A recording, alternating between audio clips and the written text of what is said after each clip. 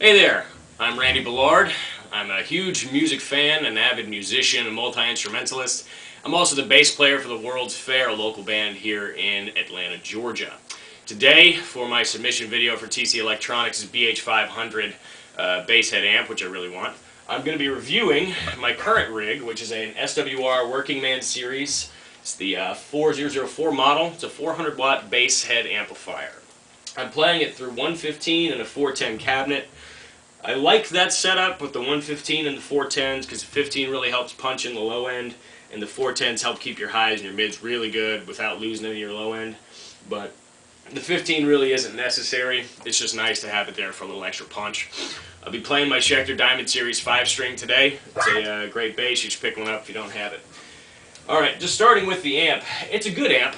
It's not, it's a high quality amp. It's one for, I wouldn't want to go on a world tour with it. I'd prefer something bigger, but it doesn't have enough bells and whistles for me. As you can see, it's got a gain knob, an aural enhancer knob, effects blend knob, a limiter knob, and the master volume. You have a headphone control, an output for a balance DI that you can plug into a PA system. It's got a tuner jack, a passive active input, and then also an active input. These things are great, but for an average bass player, someone who's just getting started or not too big on their gear and wanting to change tones around, this is the perfect thing. It's got 5 different selectors where you can adjust your tone between the bass, low, mid, high, mid, and treble. I like them because they're on the fader knobs.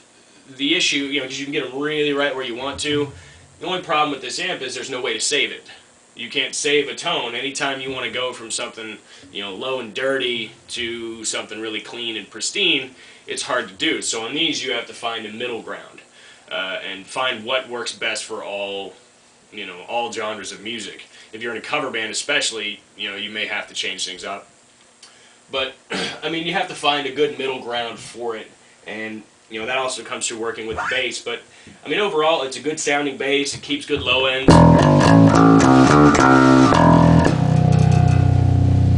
Holds that. You can do a lot of things with it and still make it sound good once you find that sweet spot and where you like your tone. You can do a jazzy, you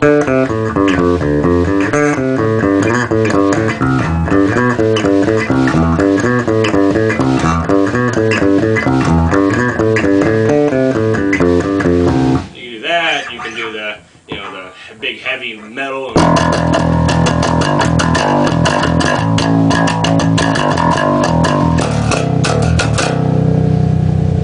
But you can also do nice, chord progressions on it.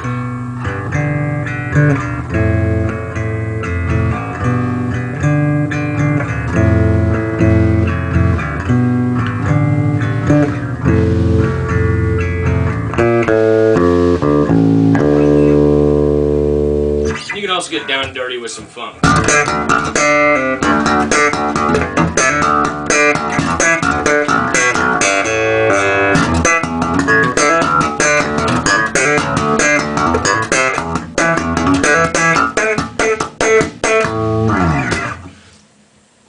It's a good amp overall. Is it the ideal amp?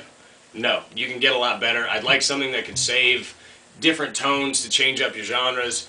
But for an average everyday person, which is kind of the opinion I'm trying to give you because I'm not a big tech head, but just coming from a bass player who loves his tone, it's a decent amp.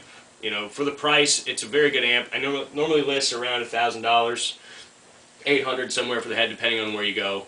It's a good amp, but there are plenty out there better. If you have the means and the funds and you really care about narrowing in on that tone that you desire, then I would go with something else. But if you're just a casual player, playing in a local band, cover band, whatever, no issue with it. It's a good solid amp. Thank you very much, TC Electronics, and I hope to be receiving a package from you very soon.